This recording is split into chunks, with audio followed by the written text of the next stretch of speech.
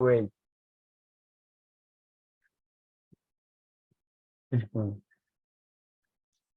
All these days you don't like recording.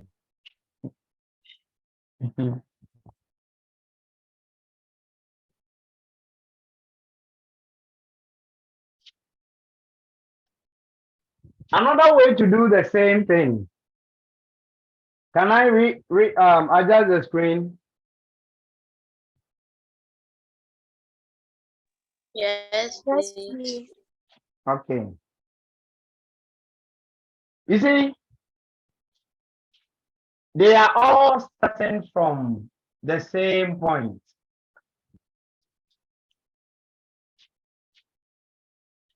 P will take T is equal to U over J to get to the maximum height, and will take the same time to also come here. By the time P goes, gets to the maximum height and comes back, what is the velocity here? What's the velocity? Go, time. Now, when P goes up and comes to this level, it will cover the same distance as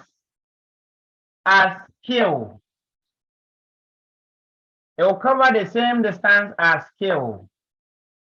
By the time it comes back to this point, its initial velocity is the same as the initial velocity of Q, meaning it will take the same time to cover this distance 100 meters. Are we okay?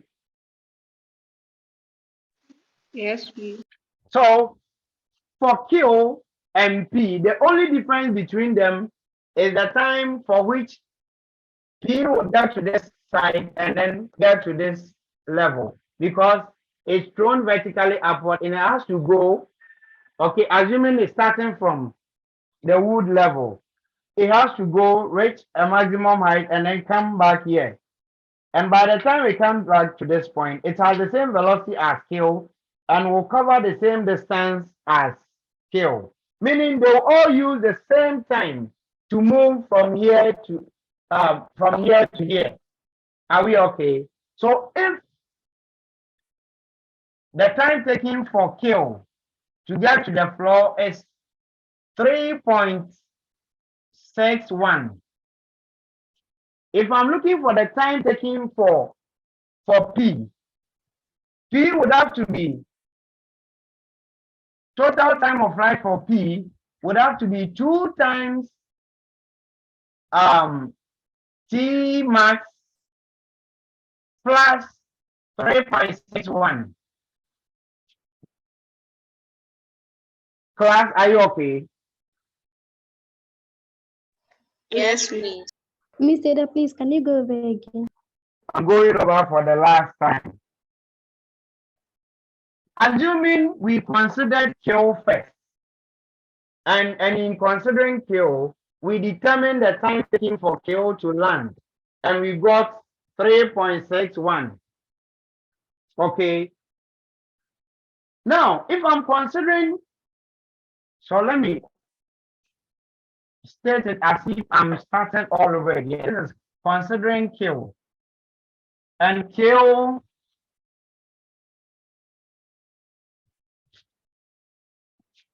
the total time of flight for Q is equal to 3.61 seconds. And I'm using this because we've gone through everything and have values. Now, if I'm to consider P, considering P would have to, P is thrown vertically upward, so it will have to go from this point, get to the maximum height to the same level Q started. And now it's a downward motion. Now at this point where P goes and returns to its starting point, it will have the initial velocity U is equal to 10 meters per second as Q. And it will also go through the same distance. All right. So it means if I'm looking for the time of flight of P, TP, it would have to be 2 times the time taken to reach the maximum height, because it will take this time to come here. It will take the same time to move from here to this level. So 2 times T plus the time taken by Q, TQ. This is what I'm saying. Okay. Okay. So Yes. if I'm looking for the interval between the arrival of P and Q, interval between the arrival of P and Q, I have 2T plus TQ minus TQ. Let me make it capital.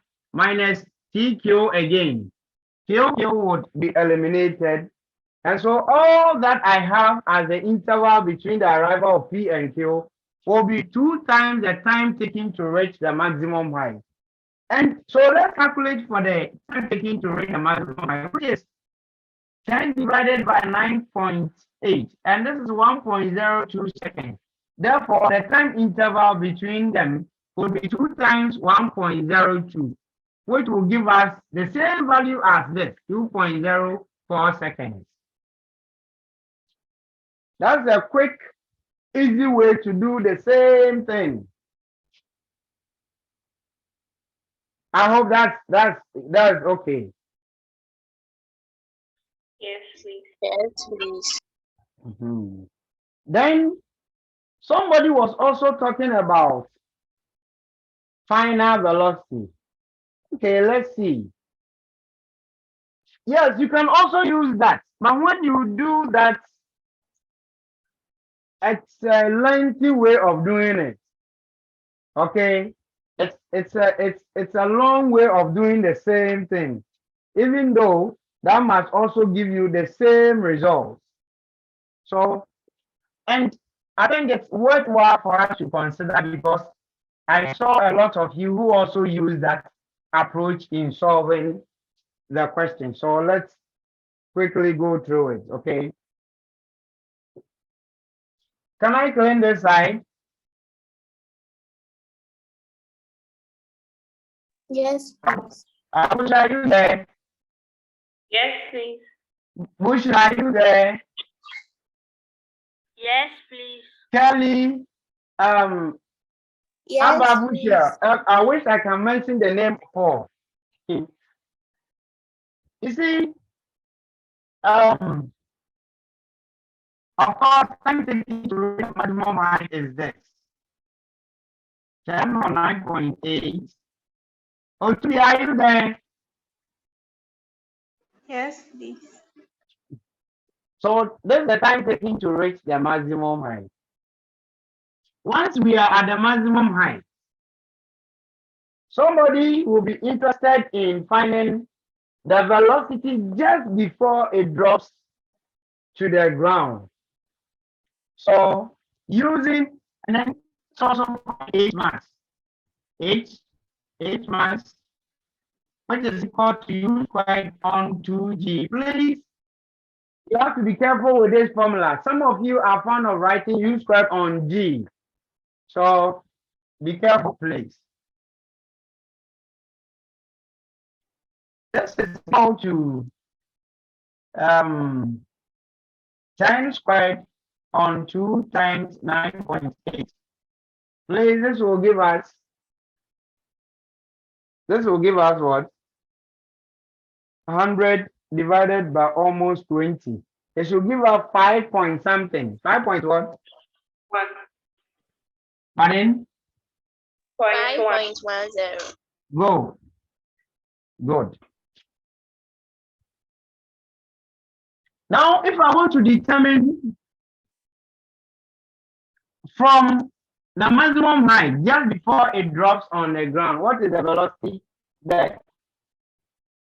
Okay. But you see, my problem is that once you are looking for velocity, it's a waste of time, because all that the question requires is the time interval. So why don't you rather find a time, okay, taking for the body to fall from there to the ground, okay, than to find the velocity, because when you get the velocity, you use it to find time. So finding that is a waste of time. Don't you think so?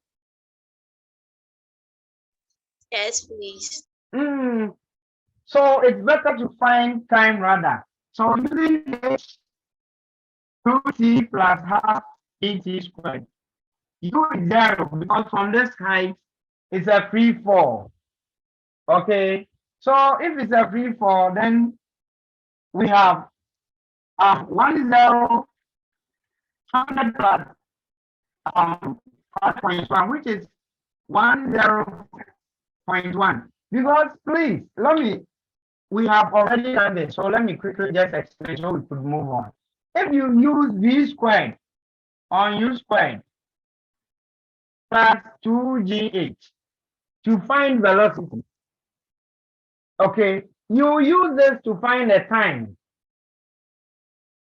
So instead of square root of 2 times 9.8 times 105.1 to find v, use that to find time rather, because the question is about time and not velocity. Please, whoever asked that question, are you okay? Yes, please. That's my concern with this. Okay, please, if there is no, okay, I was here. He said, yeah, please with the particle p, considering particle p, solving that one, can you find the h max? Then after the h max, you multiply it by 2.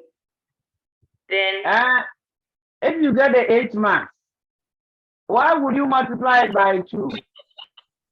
To get the time it will get to the other end on top of the cliff. That's what we've done here. We considered. We have the time taken by the body to move from here to here, and then which will be, by the time it gets here, the time will be twice that. Okay. So I'm not talking about the time. I'm talking about the distance. Yes, so 2 times 5.1. Then you add 100. Before for what? Before you find the time using the equation, I want to ask, we're using this equation, are you going to use S is equal to UT? Is it plus or minus? Akosia, it's not correct when you multiply h max by 2, because you found this h max and you determine the time for which it will cover from here to here. You know that is 1.02. Now all that you need to add is the time taking the body to move from here to the ground, isn't it? Isn't it? When I was starting, I didn't find the time. That's why I'm asking for that one. No. Use T is equal to U over D to find the time taken for the body to move from here to the maximum height. Then use from this point, the height, to find the time and add. Are you okay? Yes, please. All right, please, have we exhausted all questions? So we could move on. Okay, then let's move on to what we're doing. So a quick review or recap of what we're doing under fluid mechanics. So we looked at Archimedes' principle. We saw that Archimedes' principle simply states that when a body is fully or partially immersed in fluid, which is anything liquid or gaseous, the body would experience an upward force, or an upward force, sorry, not upward force, an upward force, which is equal to the weight of fluid displaced. So when a body is fully or partially immersed in fluid, it experiences an upthrust which is equal to the weight of fluid displaced. And so we came to the realization that upthrust.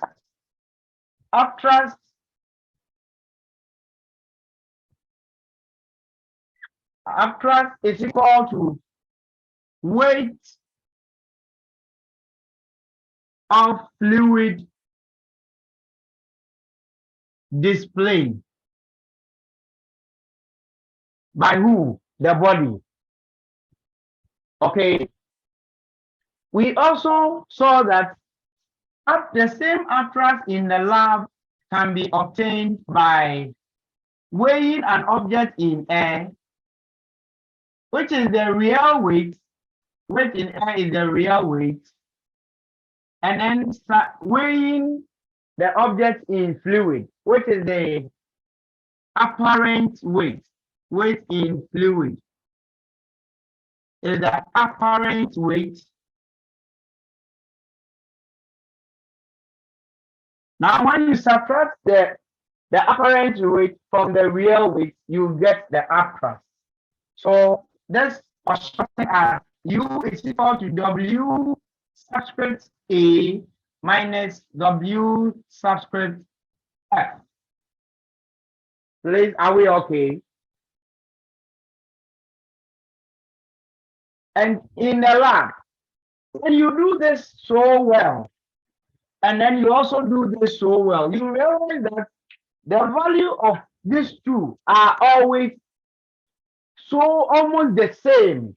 You only have little difference, confirming that the two situations are the same, or they all will give you the same value. Okay, and so we conclude that apparent weight, real weight minus apparent weight is equal to weight of fluid displayed. And the left hand side is equal to upthrust on the body. Class, are we okay? The left hand side is equal to upthrust.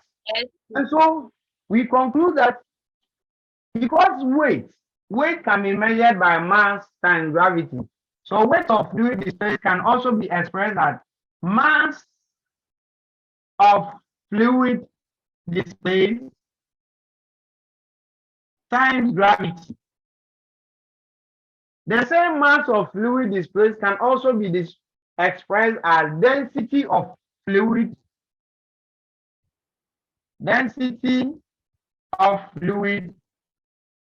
times volume of fluid displaced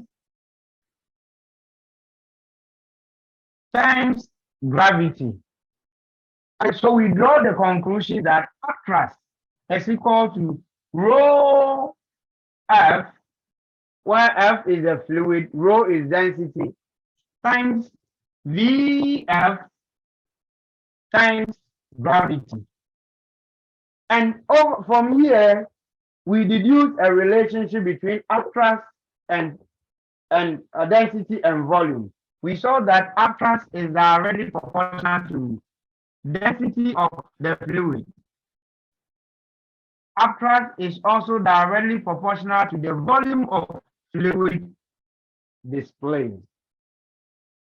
It is for the first reason that we could say that the density of water, the upthrust exerted on a body by water or liquids is greater than the upthrust exerted by bodies, on bodies by gases. So we could deduce from here that upthrust by liquids is greater than upthrust by gases.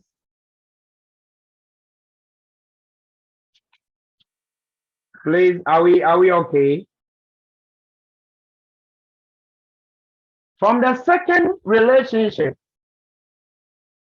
we could also deduce that when bodies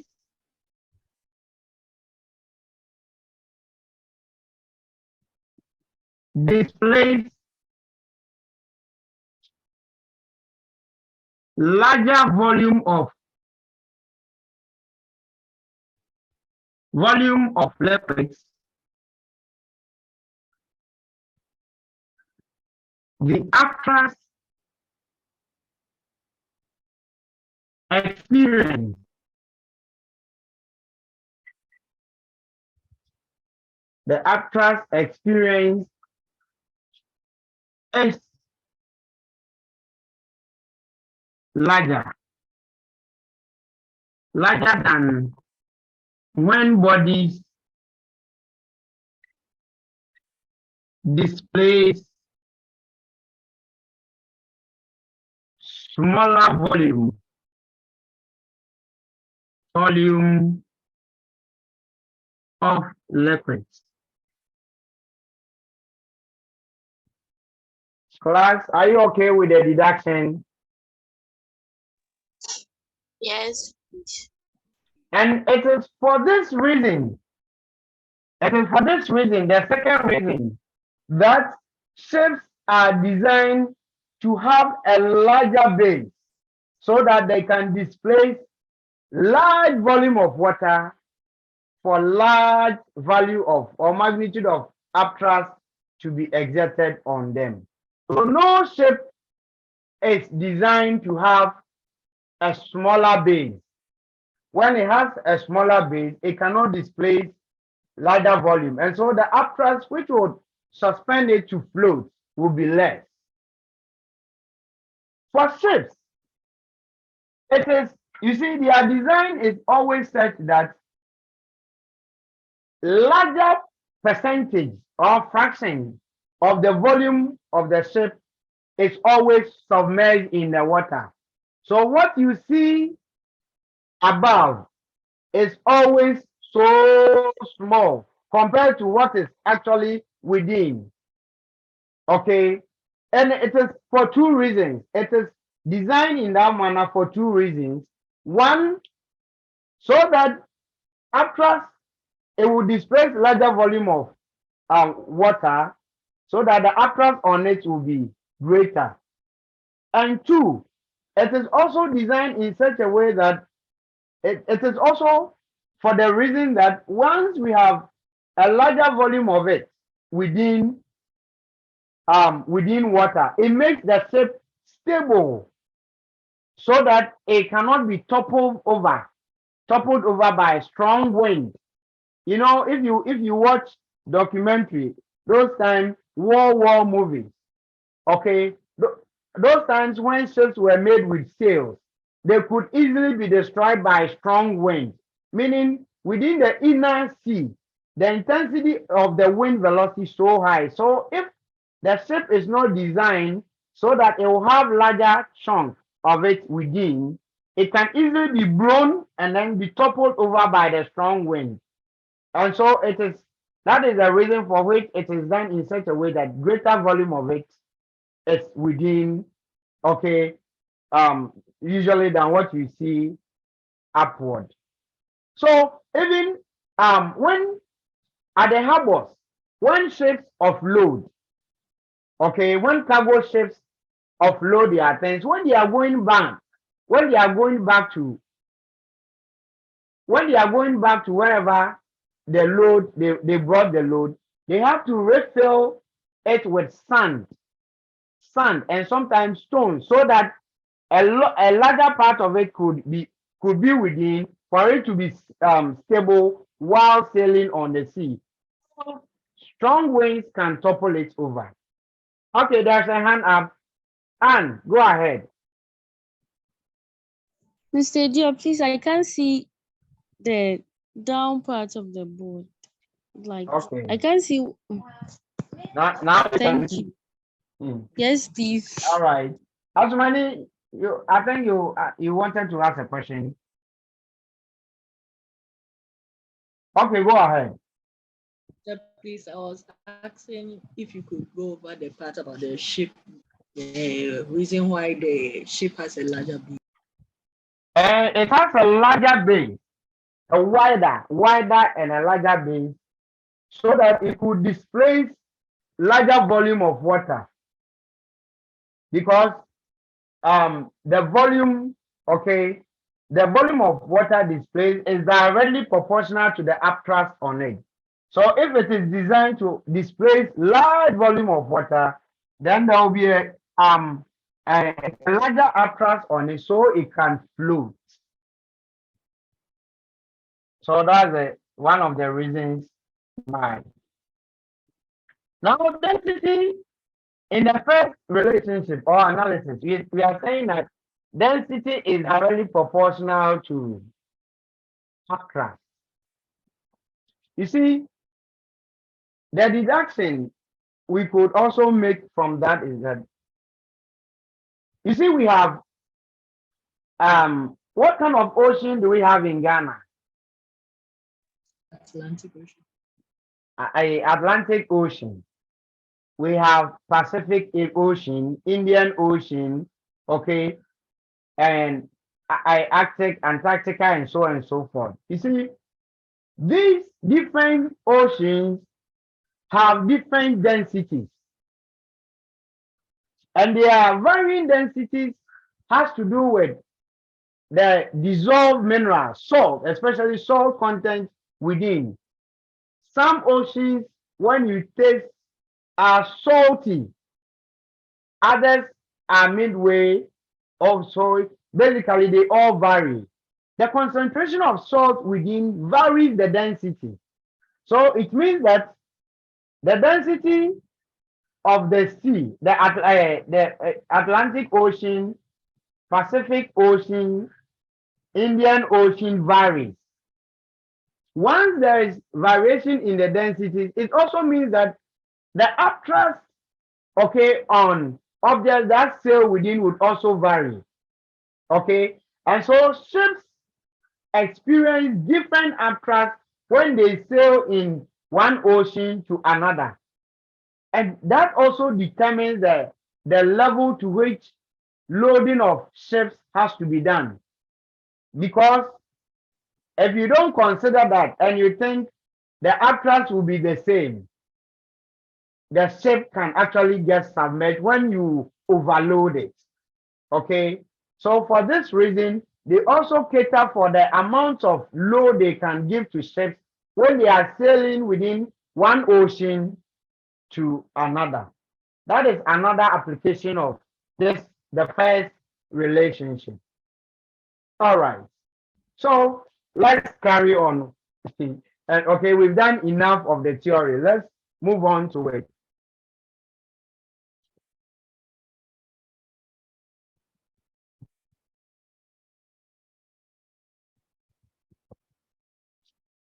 So upthrust, which in one way, real weight minus apparent weight, is also equal to density of the liquid displaced, volume of the liquid displaced times gravity. And this is also a very important concept under fluid mechanics. Now, weight in air can also be mass of the body and gravity. Or let me caption this as mass in air times gravity. Or even though mass will never change in air and then in radio. Then weight in fluid is also given as the apparent mass. So when you substitute this thing, you have MAD minus M subscript FG is equal to rho VD. Density of the liquid or fluid, volume of fluid displaced by gravity. Now we can factorize out G.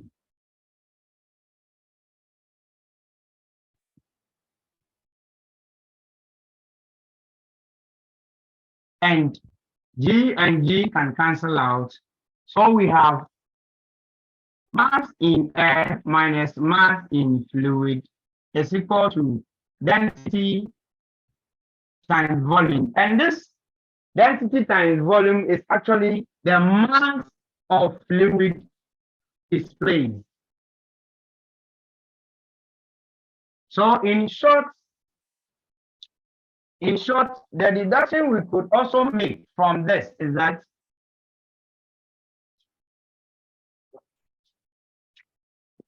mass in air minus mass in fluid is also equal to the mass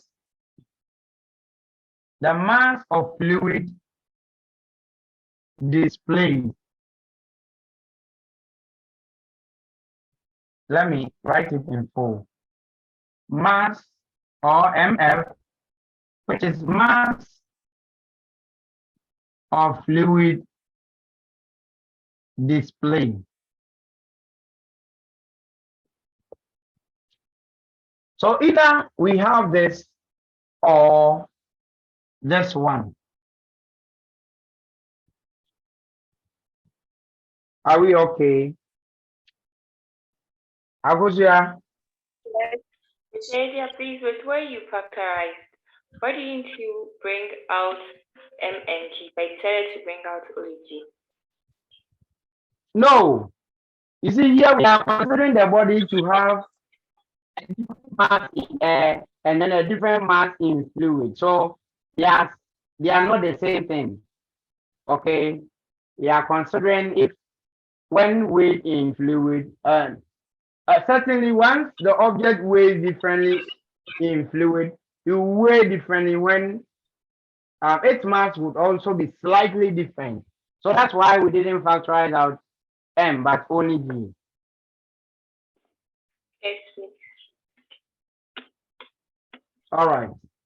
Another thing we can also look at for under this is the tension in the string. And let me give a scenario. We have the mass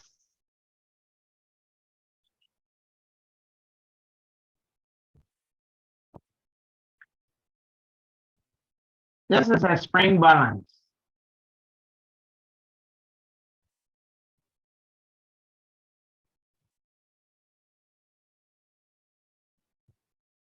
So where are you there? Yes, please. So we have this spring balance. Suspended on the spring balance is this mass. Now, a spring balance has, so this is the mass, and so let's represent the weight of the mass by mg. Of course, the weight is equal to mg.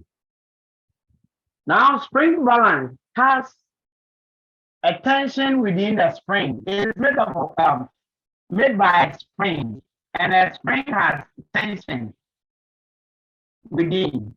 So we have the tension within the spring. Let's create this to be the spring will actually be within the whole setup. So this spring produces a tension T. And the tension within the spring is always directed to the point where it is suspended to something. Okay, so this is the support is here.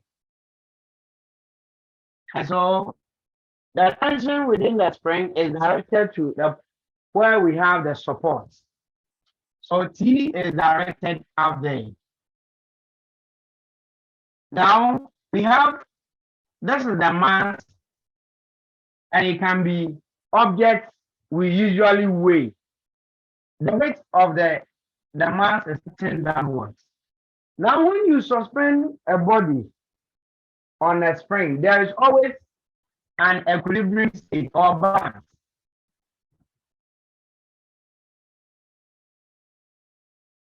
What do I mean by an equilibrium state? You see, when you hang a mass on a loose string or thread, and the mass is so heavy, what happens to it? Yes, class.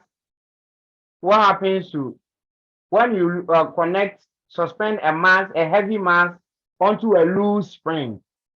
Yes, quick one. It comes down.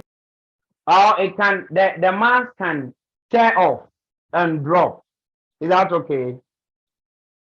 So it means that when you tie an object to a string and it is not tearing off, then it means that the weight can be supported by the tension within the string.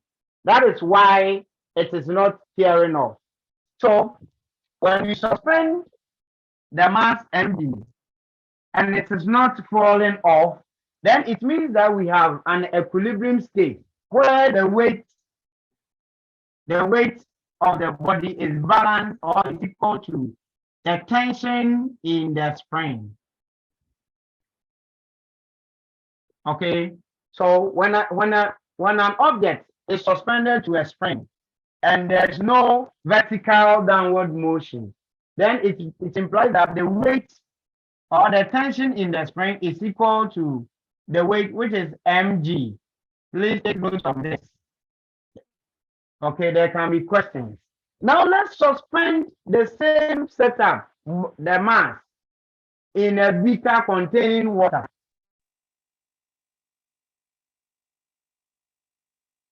When you submerge either fully or partially, this same mass. Mr. Dia, Hello.